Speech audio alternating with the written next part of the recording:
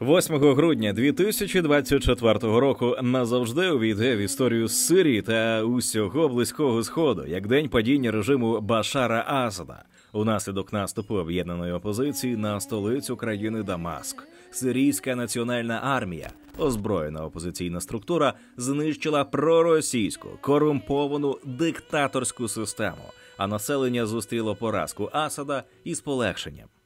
Режим, що існував 24 роки, був переможений менш ніж за 2 тижні. Іноземні союзники Асада запропонували лише символічну допомогу. Росія завдала кілька розрізнених авіаударів на півночі Сирії, тоді як Іран заявив, що надійшли ракети та безпілотники. Однак цього було недостатньо, щоб відбити наступ опозиції. Протягом останніх 13 років правління диктатора в Україні йшла громадянська війна між опозиційними силами та владою, що фактично зруйнувала країну.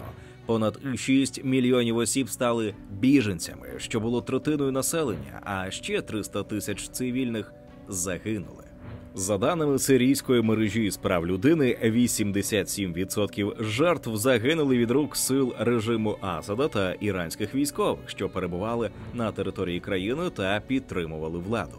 За даними Організації Об'єднаних Націй, 16,7 мільйонів із 23,5 мільйонів населення країни потребують гуманітарної допомоги, забезпечення у базових потребах, таких як їжа, вода, ліки тощо.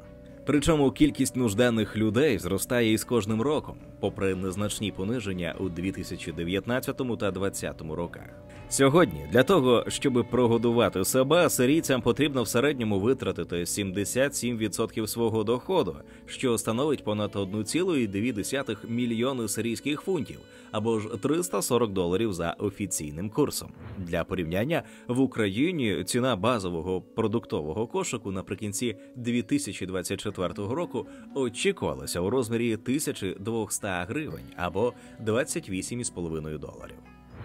Причинами цього є обмежений доступ до товарів, зруйновані ланцюги поставок та посилені витрати на логістику через військові дії. Ситуацію також погіршують природні катаклізми, землетруси та посухи, що є частим явищем для цього регіону.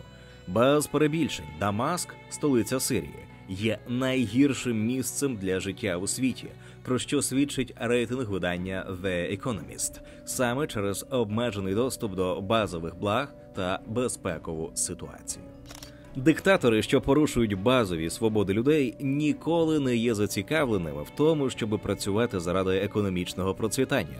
Тому дивно було б очікувати інших наслідків від 24-річного правління Башара Асада, який підтримує дружні зв'язки з іншими авторитарними країнами. Сучасна економічна історія Сирії може бути інструкцією по тому, як привести країну до краху, обравши неправильних союзників та збагачення власного клану замість розвитку ринкової економіки. Утім, попри це, після повалення диктатури Сирія все ще має шанс на те, щоб увійти до кола розвинутих країн. Друзі, а зараз ми хочемо трохи розповісти про нашу команду. Над цим відео працювало 10-15 осіб. Від автора сценарію і рецензента до відеоредакторів і дизайнера обкладинок. Сукупно, щоб створити це відео про Сирію, у нас пішло 100 людин-годин. І так ми працюємо кожного тижня. У такій сидячій роботі за комп'ютером дуже важко ефективно працювати, якщо у вас незручний стіл та крісло. Одноманітне, довготривале положення тіла негативно впливає не лише на продуктивність, але й на здоров'я. З'являється дискомфорт і біль у спині, затерпання кінцівок, втома. Однак нам пощастило. На допомогу прийшла компанія StayStill, яка запропонувала столи з електрорегулюванням висоти, зручні ергономічні крісла та різноманітні аксесуари для робочого простору. Основною ідеєю для створення сучасного робочого простору є збереження активності людини навіть під час довготривалої роботи за столом. Комплексне рішення компанії StayStill забезпечує можливість змінити положення тіла, його руху під час роботи, що дозволяє змінювати положення невимушено та без відволікання від основного заняття. столи з електрорегулюванням висоти, які одним натисканням клавіші змінюють висоту робочої поверхні столу. Це дає змогу з легкістю чергувати положення тіла з сидячого на стоячий і навпаки. При цьому зберігається активність і ваша бадьорість. Модель столу Pro підходить навіть для людей із найвищим зростом. Два приводи забезпечують потужну підйомну силу та низький рівень шуму. Вантажопідйомність 125 кілограмів. Зручний пульт керування із пам'яттю на 4 положення висоти та якість підтверджена гарантією 5 років. Столи для роботи стоячи та ергономічні крісла від бренду Steel не лише забезпечать вам комфорт, а й нададуть активності в вашій сидячій роботі. Асортимент продукції представлений також різноманітними аксесуарами для створення комфорту і порядку на робочому столі та аксесуарами, які покращують комфорт під час роботи стоячи. Компанія пропонує оплату частинами, безкоштовну доставку замовлень від 20 тисяч гривень та кешбек 5% за ваш чесний відгук у соцмережах. Підвищіть комфорт своєї роботи вже зараз. Скористайтеся знижкою 5% із промокодом «Ціна держави». Сучасна Сирія отримала незалежність від Франції у 1946 році, після чого пережила значну політичну нестабільність. На початку країна обрала доволі агресивний шлях розвитку, адже вже у травні 48-го сирійські війська вдерлися у Палестину разом з іншими арабськими державами та атакували єврейські поселення. Метою вторгнення було перешкодити створенню держави Ізраїль. Цей напад є частиною багатовікових конфліктів між арабським та єврейським населенням на Близькому Сході. Сирійський уряд почав активний процес вербування колишніх нацистів для нарощування своїх збройних сил і потенціалу військової розвідки. Однак війна закінчилася поразкою та спричинила державний переворот у березні 1949 року полковником Хусні Аль-Заїмом. За цим сталися ще два перевороти протягом року, в результаті яких полковник Адіб Шашаклі повністю скасував багатопартійність, але був повалений у результаті державного перевороту 1954 року, і парламентська система була відновлена. Тоді влада зробила помилку, зосередившись не на розвитку демократичних інститутів, а на нарощуванні військового потенціалу. Це призвело до підписання пакту із Радянським Союзом у 1956 році, згідно з яким СРСР отримував опору для комуністичного впливу в уряді Сирії в обмін на військову техніку. 1 лютого 1958 року президент Сирії Шукрі Аль-Куатлі та єгипетський президент Насер оголосили про об'єднання Єгипту та Сирії, створивши Об'єднану Арабську Республіку. Пріоритетом тодішньої сирійської влади було створення єдиної арабської держави та дотримання нейтралітету у холодній війні, що також означало послаблення комуністів усередині країни. Деякі сирійські лідери, зокрема з Баасистської партії, вважали, що союз із впливовим Єгиптом стане гарантією від переворотів та іноземного втручання. Насер погодився на об'єднання лише за умови повної інтеграції сирійських інститутів з єгипетськими та розпуску політичних партій у Сирії. Однак окремі політичні групи у Сирії виявилися незадоволені централізацією влади у Каїрі. Група сирійських офіцерів та членів соціалістичної партії Баас вирішила сформувати таємний військовий комітет. Серед його учасників був Хафіз Аль-Асад, батько Башара Асада. У результаті державного перевороту в 1961 році Сирія вийшла із союзу з Єгиптом 28 вересня. Із 1963 року, коли військовий комітет остаточно захопив Сирію, партія Баас перетворила її на тоталітарну державу. Баасисти взяли під свій контроль політику країни, освіту, культуру, релігію та стежили за усіма аспектами громадянського суспільства через таємну поліцію. Режим, встановлений партією, фактично нагадував сталінську або нацистську диктатуру. Однак чому диктатура не зустріла жодного спротиву із боку населення? Річ у тім, що партія Баас позиціонувала себе як противага європейському колоніальному пануванню, налаштовуючи та об'єднуючи громадян проти нього. Ідея відродження арабської нації ґрунтувалася на антизахідній риториці. Використовуючи соціалістичну та популістичну риторику, влада обіцяла покращення умов життя простих людей, соціальні програми, націоналізацію великих підприємств і банків, аграрну реформу. Для населення ці ідеї звучали привабливо, оскільки до цього економіка Сирії не була модернізованою та контролювалася традиційними, клановими елітами, наближеними до влади. У переддень приходу партії Баас до влади значна частина суспільства хотіла нових облич та втілення змін знизу, чим вона і скористалася. Антизахідні настрої були постійно присутні в незалежній Сирії, що стало наслідком французької колоніальної політики. Тісні стосунки з Радянським Союзом, який надавав баасистам зброю, тільки посилювали антизахідну пропаганду в Україні. У першій половині 1967 року між Сирією та Ізраїлем існував стриманий стан війни, передумовою якого була радикально націоналістична позиція режиму, що підтримував арабські країни, зокрема Єгипет. Коли між Єгиптом та Ізраїлем спалахнула шестиденна війна, Сирія приєдналася до війни, а також напала на Ізраїль. Під час заворушень спалахнули розбіжності всередині політичної еліти Сирії, а саме між Саалахом Джадідом, який контролював партійний апарат, та Хофізом Аль-Асадом, батьком Башара Асада, що контролював армію. Асад звинуватив Джадіда у неспроможності ефективно керувати країною та протидіяти так званій ізраїльській загрозі. Джадід та його прихильники наголошували на соціалізмі і внутрішній революції, проте Асад вважав за необхідне сконцентруватися на антиізраїльській зовнішній політиці. Невідомо, який з двох однаково поганих варіантів був гірший саме для сирійського народу.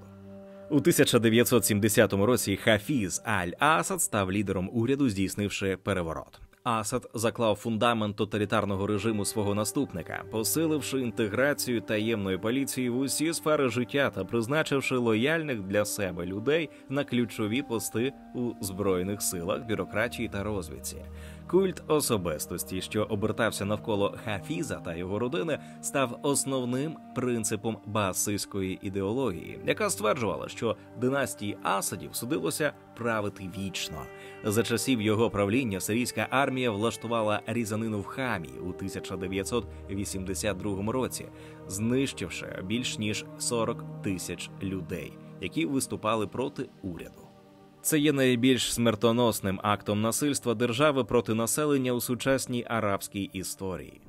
Економічний курс, розпочатий партією Баас, а згодом продовжений Хафізом Аль-Асадом, був соціалістичним. До приходу партії в Україні існувала суттєва проблема напівфеодальних порядків, коли великим капіталом володіли політично лояльні та наближені до влади еліти. Однак новий режим вирішив боротися із цим соціалістичними методами, а не ринковими, що не змінило проблеми закритості сирійських економічних інститутів.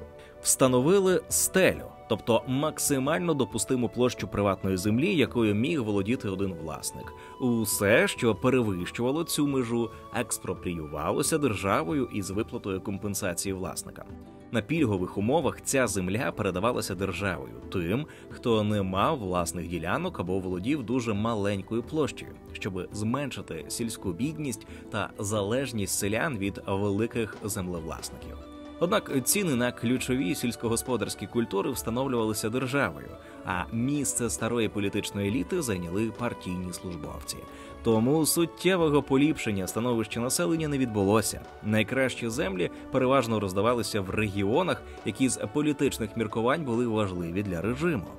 Фермери Північної та Східної Сирії продовжували домінувати в сільськогосподарському секторі із невеликою конкуренцією, за винятком державних органів, які були монопольним покупцем основних сільськогосподарських товарів, включаючи бавовну, пшеницю та буряк. Оскільки жоден інший покупець не мав права купувати ці товари, фермери стали непрямими службовцями держави.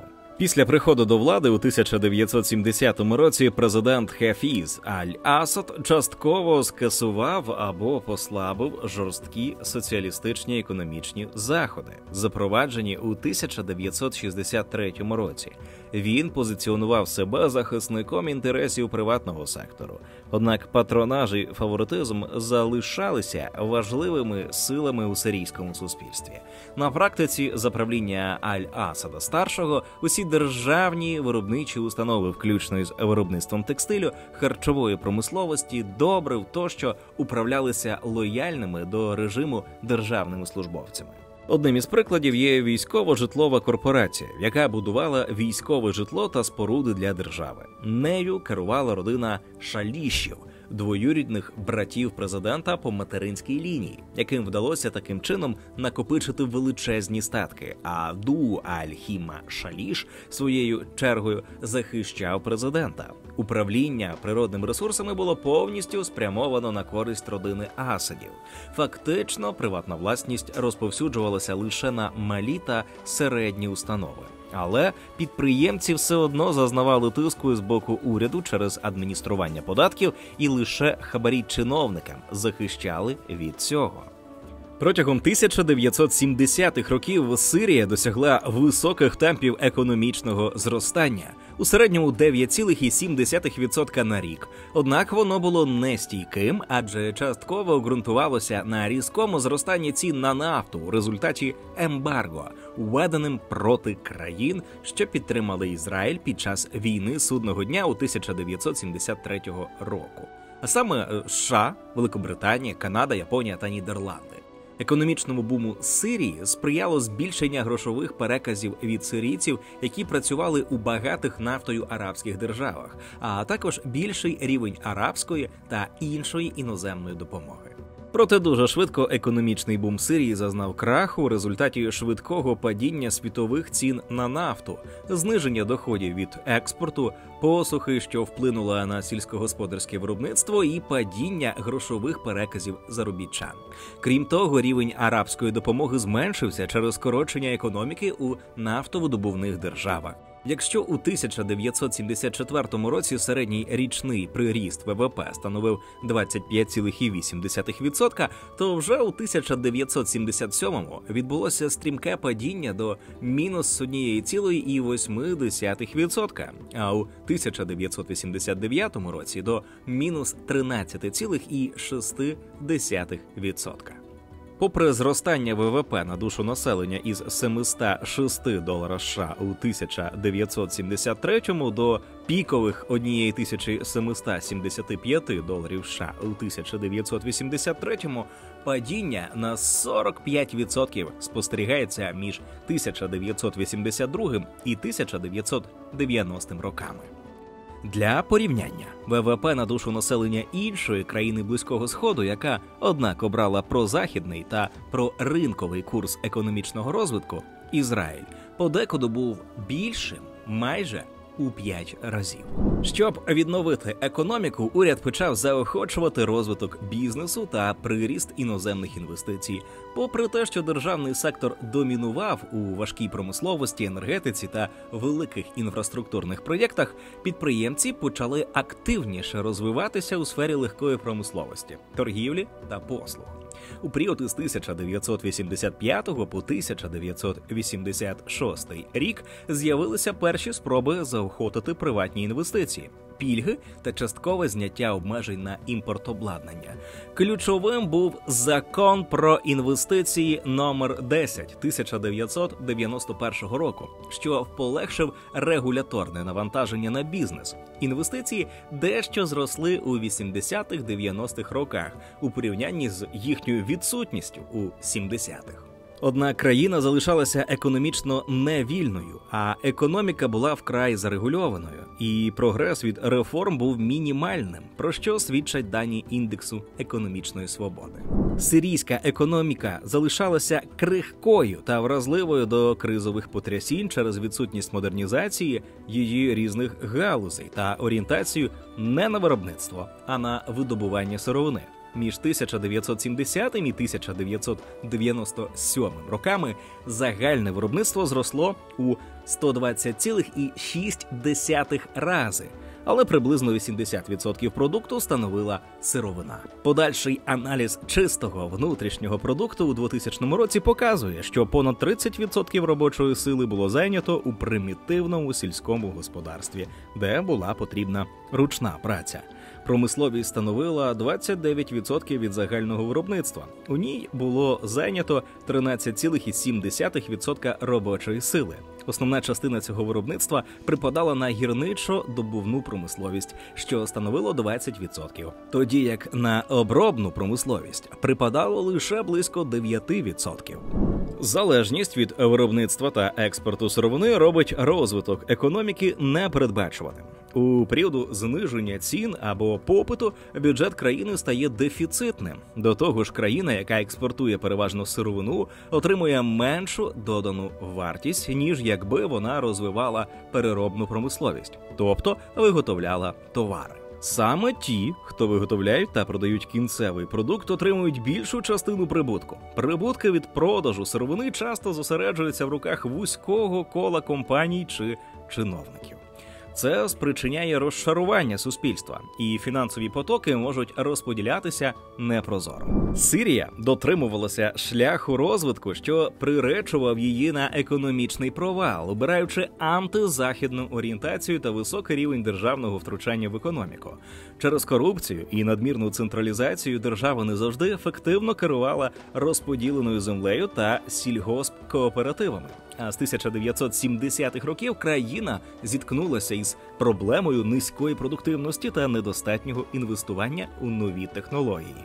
Оскільки держава взяла на себе більший контроль над прийняттям економічних рішень шляхом прийняття централізованого планування та суворого регулювання комерційних операцій, Сирія зазнала суттєвої втрати кваліфікованих робітників. Корупція і бюрократія знижували інвестиційну привабливість країни, а значна частина бізнесу залишалася напівтіньовою або залежала від протекцій чиновників. У 2000 році, одразу після смерті батька, до влади прийшов Башар Асад, який на той момент був найстаршим сином у родині. Сирійський парламент змінив конституцію, знизивши мінімальний вік кандидата в президенти із 40 до 34 років, спеціально для обрання майбутнього диктатора на цю посаду. Вже у липні в країні був проведений референдум, за результатами якого понад 97% сирійців нібито висловилися за те, аби країну очолив Башар Асад. Асад намагався представити себе прихильником реформ. Намагаючись створити імідж відкритості, він дозволив діяльність, яка раніше була заборонена у Сирії. Наприклад, газет, створення приватних компаній, а також діяльність приватних радіо і телевізійних станцій. Асад мав на меті викликати ажіотаж навколо економічних реформ. Його стратегія передбачала розпалювання публічних дебатів щодо різних ідей і тенденцій реформ, уникаючи прийняття конкретної стратегії чи чіткої програми. У Дамаску активізувалося громадянське суспільство, а піком його співпраці із владою став Маніфест 99, який вимагав скасувати режим надзвичайного стану, смертну кару, а також особливі суди, котрі розглядали справи опозиціонерів та надати громадянам право створювати політичні партії та громадські організації. Ці демократичні перетворення відбулись багато в чому завдяки дружині Башара – Асмі, що має британське громадянство, здобула європейську освіту та виховання. Але через 6 місяців під тиском впливових родичів та генералітету Башар Асад почав згортати демократичні перетворення. Асад-молодший успадкував країну в складному економічному становищі. За підсумками 99-го року зростання ВВП Сирії було негативним та становило мінус 3,6%. На жаль, через брак інформації не можна точно встановити рівень бідності у 1999-2000 роках. Але останні дані до приходу до влади Башара Асада свідчать, що 62% населення Сирії жило на день менше, ніж на $6,85 на день. Для порівняння, аналогічний показник у сусідній не дуже заможній Йорданії становив 32% у 1997 році, а в більш економічно успішному Ізраїлі лише 6%. В економіці уряд розпочав лібералізацію торгівлі та фінансового сектору та підписав угоди про вільну торгівлю з Туреччиною та арабським світом, які знизили торгівельні бар'єри та полегшили рух товарів. Уряду вдалося скоротити дефіцит бюджету, тоді як економічне зростання 2000-х років відновилося із 0,7% ВВП у 2000 році до середньорічного темпу 4,5%. Однак зростання було зосереджено в основному у секторі послуг, частка якого у ВВП зросла на 10% за період із 2000 по 2010, а не у промисловості та сільському господарстві. Крім того, не вдалося створити достатню кількість робочих місць через складнощі ведення бізнесу, адже рівень економічної свободи лишався низьким.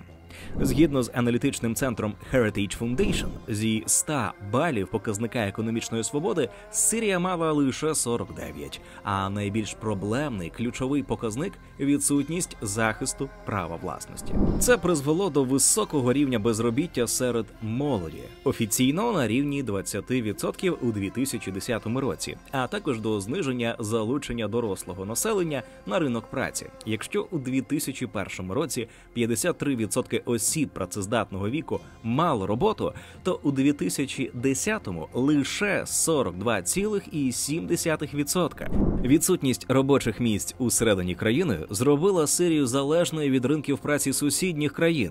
Кількість сирійців, які працювали за межами країни, у 2003 році оцінювалася в 1,9 мільйона.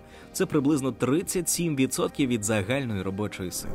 Економічне зростання у перше десятиліття правління Асада не призвело до покращення становища широких верств населення. Ба більше, через розподіл капіталу на користь наближених до режиму осіб з одного боку та відсутність сприятливого бізнес-клімату для малих та середніх підприємців, нерівність тільки збільшувалася. Свідченням цього є зростання індексу Джинні, міри нерівності доходів домогосподарств у країні, із 35,2 у 1996 році до пікових 40,4 у 2009.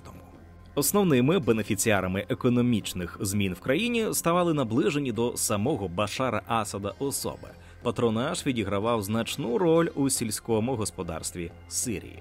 Яскравим прикладом є галузь тваринництва. Власність на свійських тварин була обмежена. Крім представників племені бедуїнів, які володіли поголів'ям овець, корів та телят.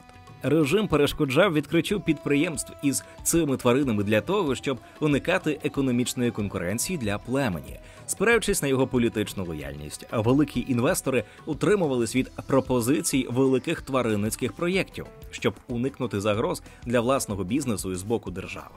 Клановий характер сирійської економіки також не змінився із приходом до влади Башара Асада. Нову економічну еліту сформували діти та родичі чиновників, які за підтримки законодавства, силових структур та інших інституцій держави домінували у сферах послуг. Влада запровадила елементи капіталізму у найгіршому можливому прояві. Ключові великі активи отримували родичі Башара Асада або ж члени родин лояльних державних службовців. Поступово країна ставала власністю клану, сформованого навколо диктатора. Класичним прикладом цього є постать бізнес-магната Рамі Махлуфа, двоюрідного брата Башара Асада. Йому приписують контроль над ключовими сферами сирійської економіки – від мобільного оператора Сіріател до великих банків і нафтопереробних компаній. Економічні відносини у Сирії між владою та великими бізнесменами будувалися на принципах патронажно-клієнтських відносин, які, за оцінками дослідників, лише у випадку Махлуфа завдали збиток платникам податків у розмірі у $7 мільярдів через непрозорі продажі державних компаній без конкуренції та за заниженими цінами.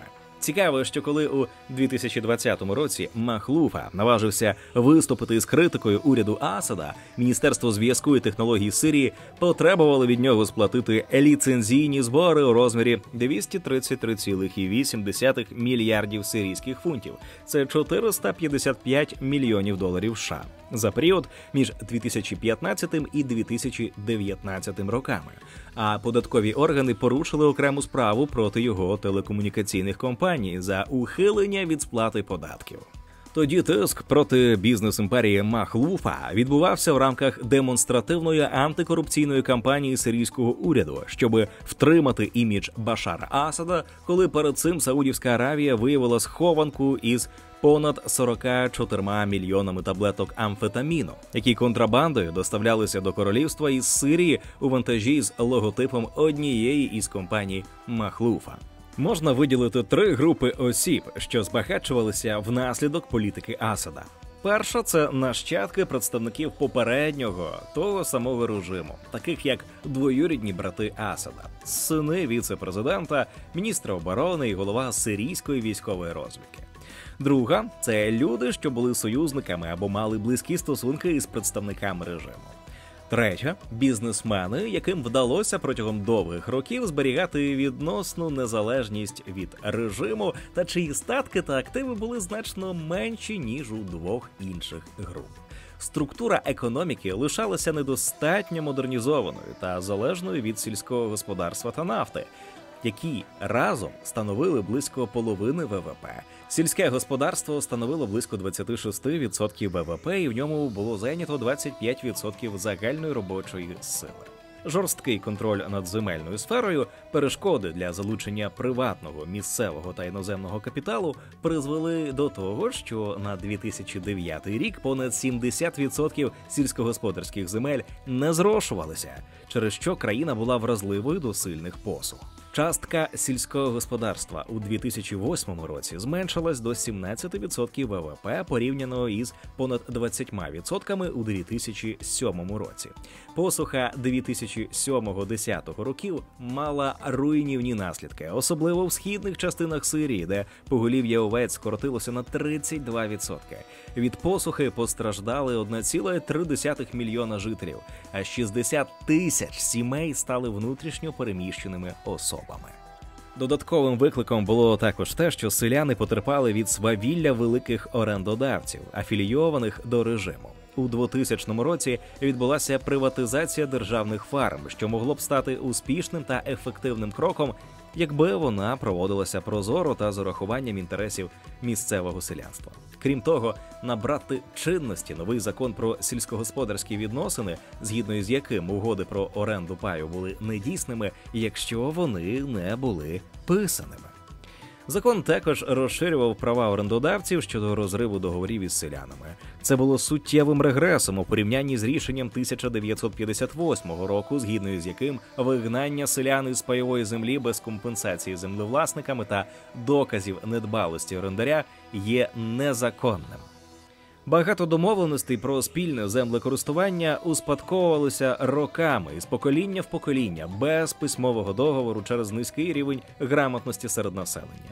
Одним із прикладів прямого наслідку закону 2004 року стало вигнання селян у прибережній зоні поблизу Баняса із землі, яку вони роками обробляли, будували свої будинки та копали колодязі. Заворушення, що почалися у 2011 році, призвели до того, що Асад уніс поправки до закону, щоб дозволити селянам надавати докази усного договору. Впадають у очі розбіжності між селом і містом в усіх сирійських регіонах, що також є свідченням відсталості сільського господарства, яке навіть не намагалися реформувати. Згідно з дослідженнями Організації Об'єднаних Націй, у 2007 році 46% населення Сирії проживало у сільській місцевості, при цьому 56% селян жили за межею бідності. На початку правління Башара Асада відбувалася демократизація, яка отримала назву «Дамаська весна». Виникає логічне питання – чи були ті, хто критикував непродуману і невдалу економічну політику? Одним із таких людей був бізнесмен Ріяд Саїф, який виступав за наслідування шляху економічного розвитку західноєвропейських країн, тобто побудову вільної ринкової економіки, а також налагодження стосунків з Європейським Союзом та Сполученими Штатами Америки. Він займався просвітницькою роботою серед населення, організовуючи регулярні зустрічі щотижня у себе вдома, що отримали назву «Форум національного діалогу», і які відвідували сотні людей, включаючи навіть членів партії. Саїф мав намір перетворити рух у політичну партію. Його прикладу послідував інший бізнесмен – Іхсан Санквар, що оголосив заснування ліберальної партії. У 2001 році підприємці публічно викривали спроби встановити монополію у галузі сотового зв'язку на користь компаній двоюрідного брата Башара Рамі Махлуфа, а також критикували збільшення видатків на внутрішню безпеку в умовах гострого дефіциту бюджету. Башар Асад швидко зрозумів, що його політика відкритості та демократизації загрожує корупційним інтересам його родини. Після 2001 року гайки довелося знову закрутити. А всі талановиті громадяни, що мали намір змінити країну, були вимушені емігрувати, щоб зберегти своє життя. Перше десятиліття свого правління Асад намагався залучити інвестиції в країну, створюючи індустріальні зони, орієнтовані на текстильне виробництво, пропонуючи податкові пільги та дешевші земельні ділянки. Регуляції для приватного сектора скорочувалися задля створення більш сприятливого середовища для зростання приватного сектору та створення нових можливостей працевлаштування. Сукупний обсяг капіталовкладень у текстильний та швейний сектор в індустріальних зонах і в околицях одного з найрозвинутіших міст Алеппо наприкінці 2000-х років сягав майже 3 мільярди доларів.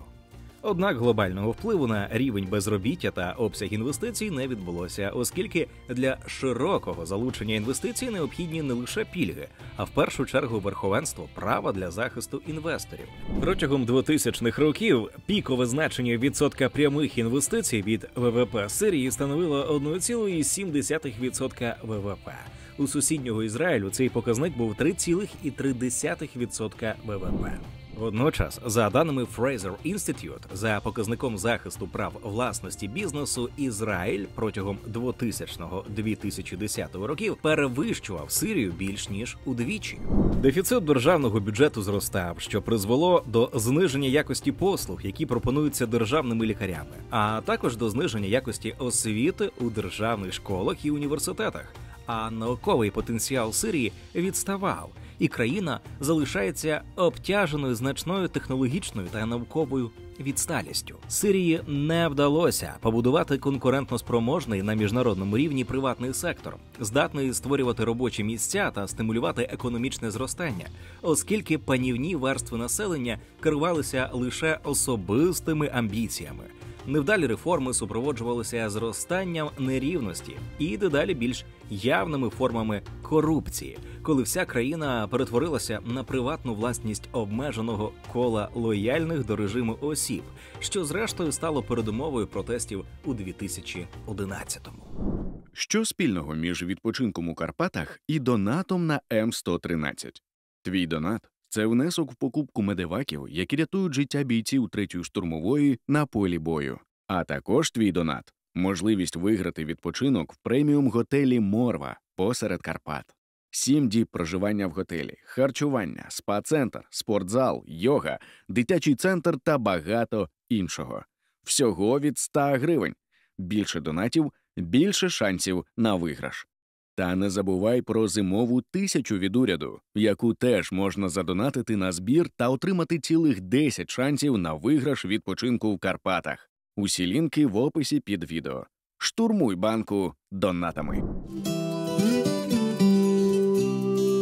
17 березня 2010 року тунійський вуличний торговець Мухаммад Буазізі вчинив акт самоспалення у центрі міста. На той час Туніс, хоч і відрізнявся трохи кращою економічною ситуацією, ніж у Сирії, однак поділяв спільну із багатьма арабськими країнами проблему – авторитарний режим із майже повною відсутністю свобод, у тому числі і економічних. 26-річний Буазізі не міг знайти собі кваліфіковану роботу, тож зайнявся торгівлею фруктами й овочами на вулиці у місті Сіді-Бузіді, аби прогодувати свою родину із 8 осіб. За словами сестри, Мухаммед збирався купити фургон для збільшення виручки. Проте міська влада регулярно конфісковувала товар Буазізі, нібито за порушення правил вуличної торгівлі. Влада заявила, що Буазізі бракувало необхідного дозволу. Утім, Хемді Лазар, голова Сіді-Бузідського центру зайнятості, заявив, що потреби в такому дозволі немає.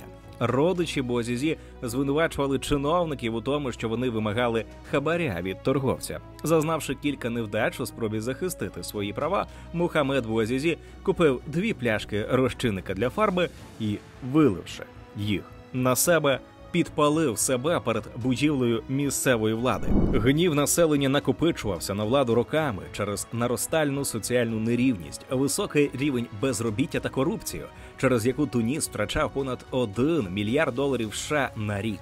Із Тунісу протести поширилися на інші арабські країни, зокрема Сирію. Надихнувшись революційними процесами у сусідніх країнах, сирійці вирішили взяти долю країни у свої руки через накопичені за десятиліття економічні проблеми. У 2010 році номінальний ВВП Сирії на душу населення становив лише $2730, що можна порівняти з африканськими країнами на південь від Сахари, такими як Нігерія, і був набагато нижчим, ніж у сусідів, таких як Ліван.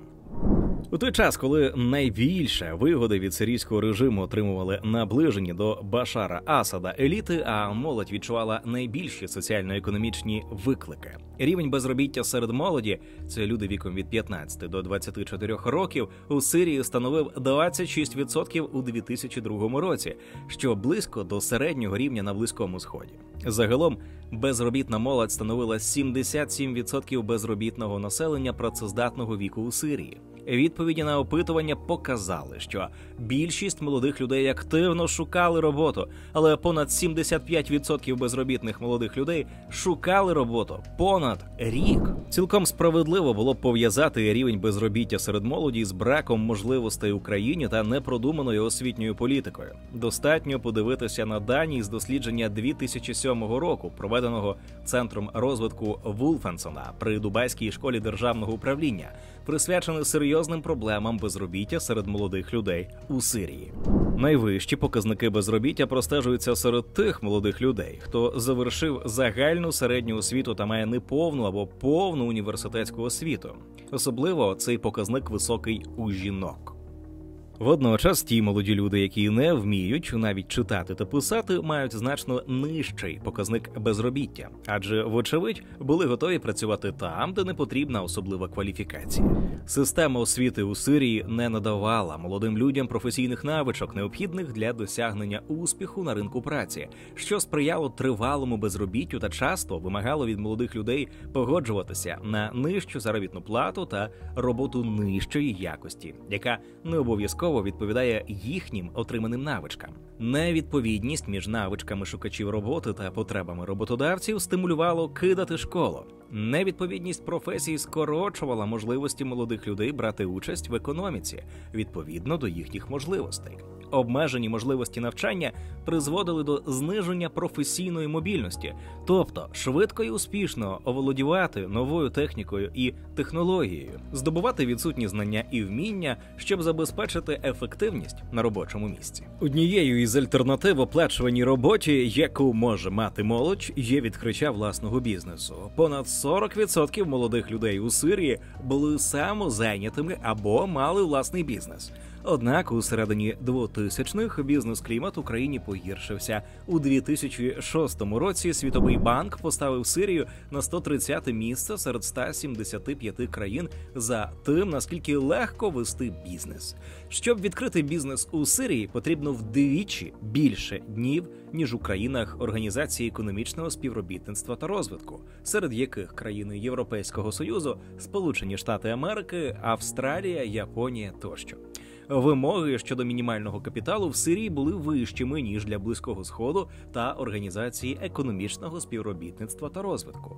Податкове адміністрування залишалося громістким і займало багато часу, попри зменшення найвищої ставки корпоративного податку із 65% до 35% для приваблення інвестицій. Для створення робочих місць і зниження безробіття у 2022 році створили агентство по боротьбі із безробіттям. Його основний напрямок діяльності – це кредитування. Одна програма була націлена на малі та середні підприємства, а інша – на малозабезпечені сім'ї – кредити для мікропідприємств. Агентство мало план створення 440 тисяч робочих місць до 2007 року із бюджетом в $1 мільярд.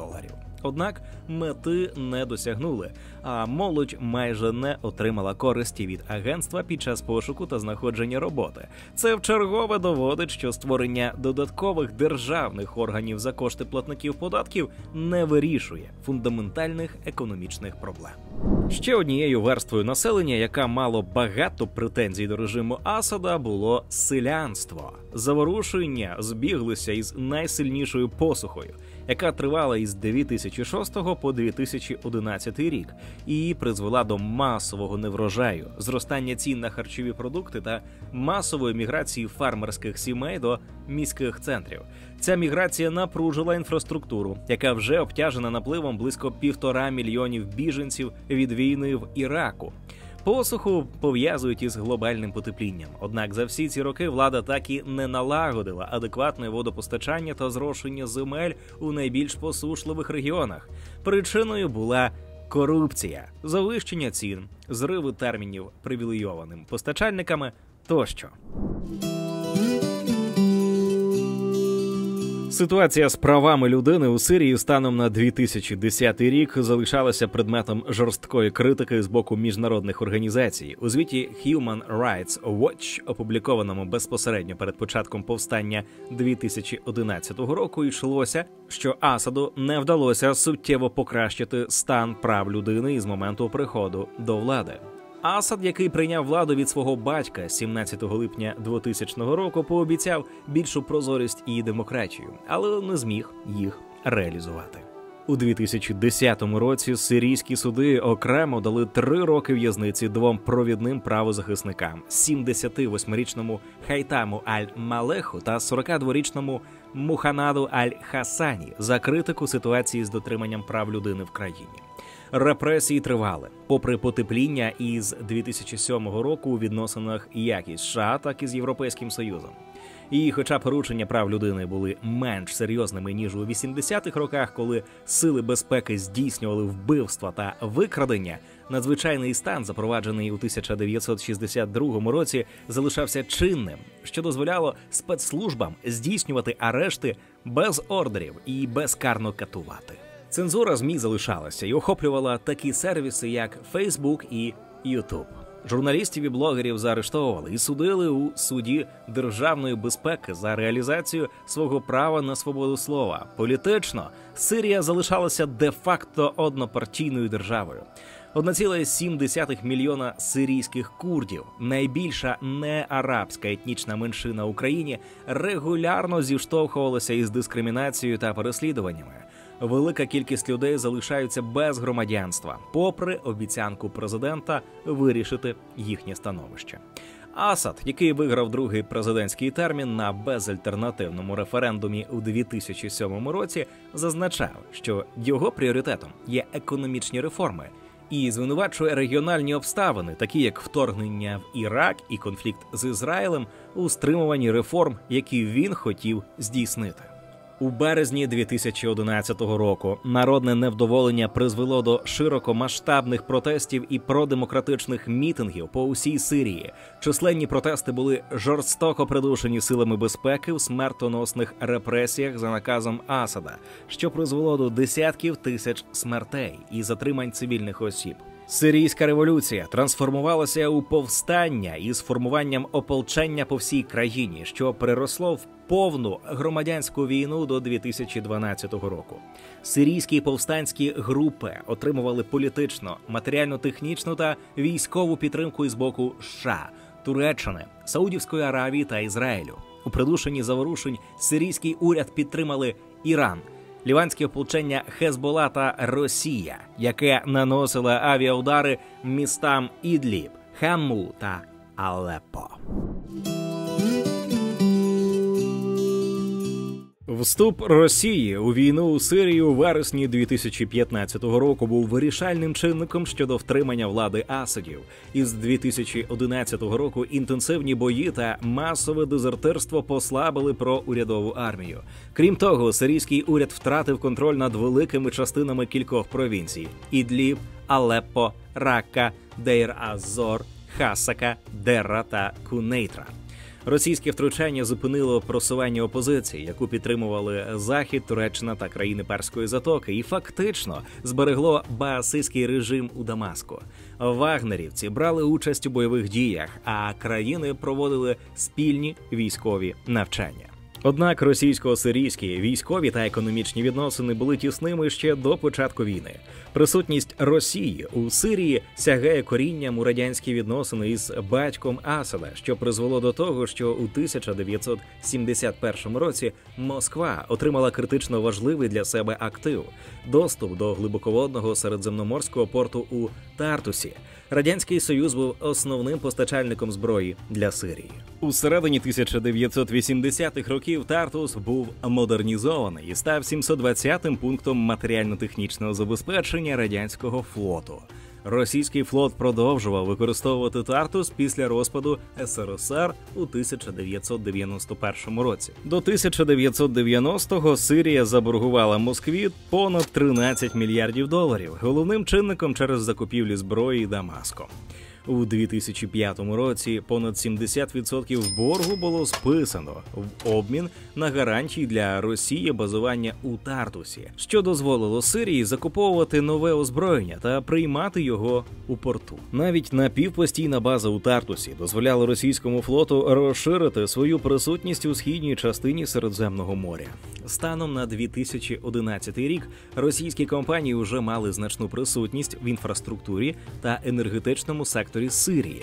До прикладу, компанія «Стройтрансгаз» – дочірня компанія «Газпрому». У 2010-му вона брала участь у проектах вартістю 1,1 мільярда доларів США і мала штат із 80 росіян, які працювали у Сирії. Інший приклад – російська енергетична компанія «Татнафта», що розпочала свою роботу у 2010 році та займалася викачуванням сирійської нафти. Однак ці спільні проєкти не дали жодної користі для економіки. Росія створила мережу впливу у регіоні, контролюючи ці сектори через ПВК «Вагнер», що лише посилювало репресивний автократичний режим у Сирії. В російських компаніях працювали переважно росіяни, тому це не розв'язувало проблему безробіття місцевого населення, а підхід, орієнтований на викачування сировини із країни, не створював для економіки жодної доданої вартості. За період війни нафтовий ВВП скоротився на 93%, тоді як ненафтова економіка скоротилася на 52%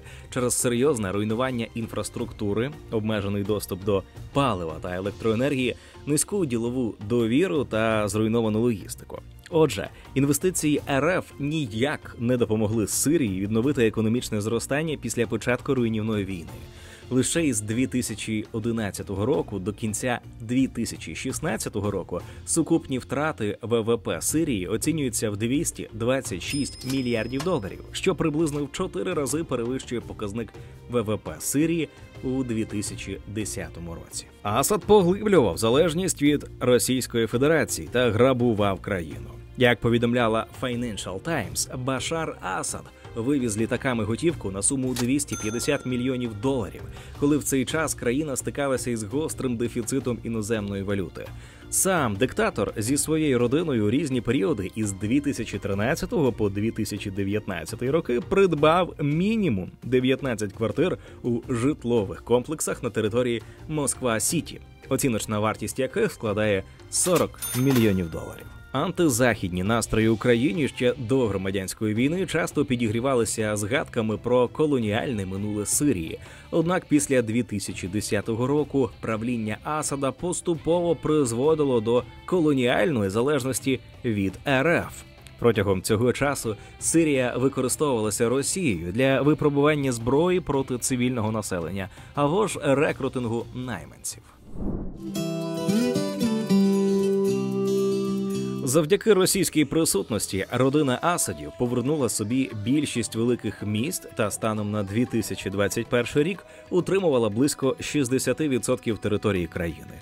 Громадянська війна залишалася у замороженій стадії до листопада 2024 року, коли опозиція поновила наступ. Ще до початку громадянської війни соціально-економічна ситуація залишала бажати кращого. Але небажання Башара Асада йти на поступки протестувальникам та здійснювати демократичні перетворення, а також його дружба з авторитарними та агресивно налаштованими країнами перетворили Сирію на руїну.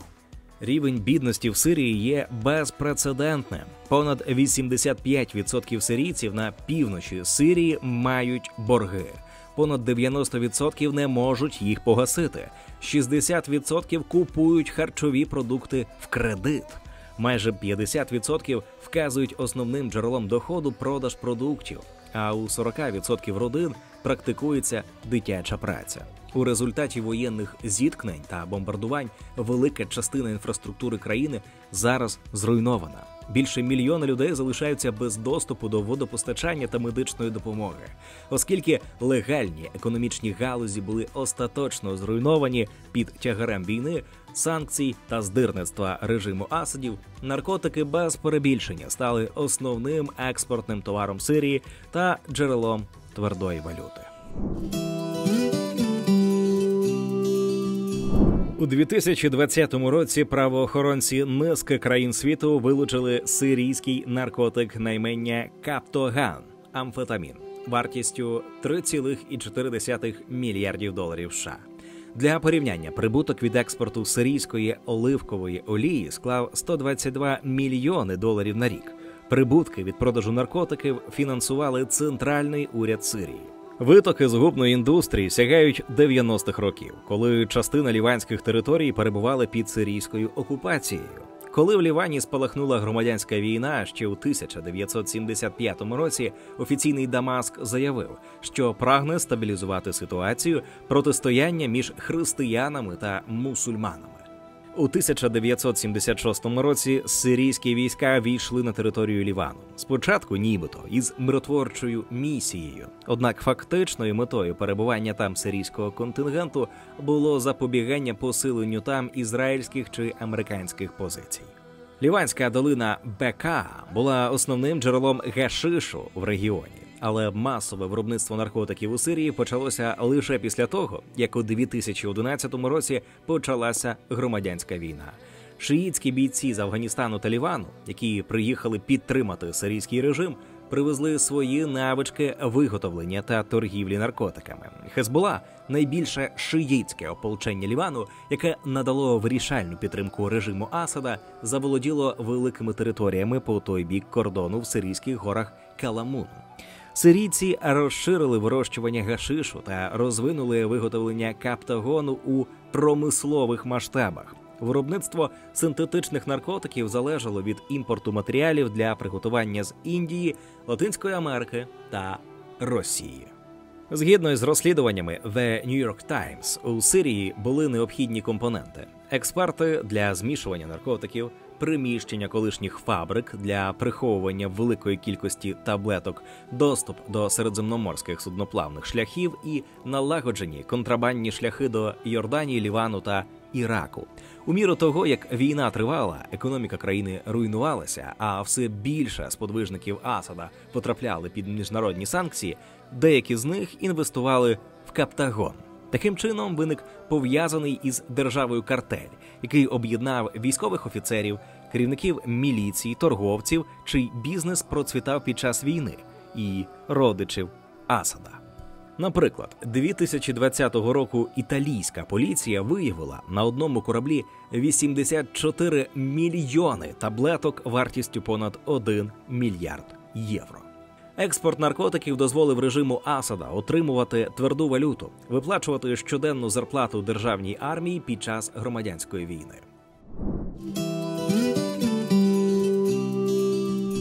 Аналізуючи економічну політику сирійського диктатора, складається враження, що протягом 24 років він послідовно втілював плани з перетворення Сирії на failed state – недієздатну державу. Башар Асад керувався бажанням примножувати статки своєї родини та втримувати владу. А тому стимулювання підприємництва чи побудова прозорих інституцій не мало нічого спільного з його метою. В якийсь момент диктатор став багатшим за всю країну, адже вартість активів сім'ї Башара Асада, ймовірно, досягає 12 мільярдів доларів. При тому, що внутрішній валовий продукт усієї Сирії у 2021 році становив усього 8,98 мільярда доларів. Збагачення клану Асадів супроводжувалося поглибленням корупції, адже Башар оточував себе лояльними людьми, а пропонуючи їм в обмін великі активи, як це було із Рамі Махлуфом. Крах режиму Асада у грудні 24-го року викликав масові святкування по всій Сирії на честь звільнення від жорстокої диктатури, яка завдала незмірних страждань, убиваючи, катуючи, позбавляючи власності та змушуючи мільйони людей шукати собі нові домівки. Однак над країною нависають виклики стабілізації та відбудови. Сирія залишається розділеною між 4 основними групами – турецькими сунітськими повстанцями на північному заході, курдами на півночі та сході, підтримуваними Йорданією повстанцями на півдні та залишками прихильників Асада на заході. Фактичний лідер сирійської опозиції Ахмад аль-Шараа заявляє про те, що відносини із Іраном та РФ необхідно продовжувати, однак вони мають будуватися на взаємній повазі. Новий уряд під керівництвом аль-Шараа вступив у переговори з Москвою та не вимагає негайного виведення російських сил. Новий сирійський лідер говорить про те, що Росію і Сирію пов'язують спільні стратегічні інтереси, адже вся сирійська зброя має російське походження і багатьма електростанціями керують російські експерти.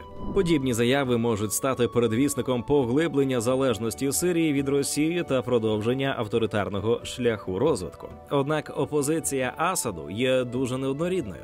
До прикладу, представники курдської меншини, автономія яких займає близько 25% території Сирії, перебувають у союзі із Сполученими Штатами, тому можна сподіватися, що проросійські настрої будуть збалансовані.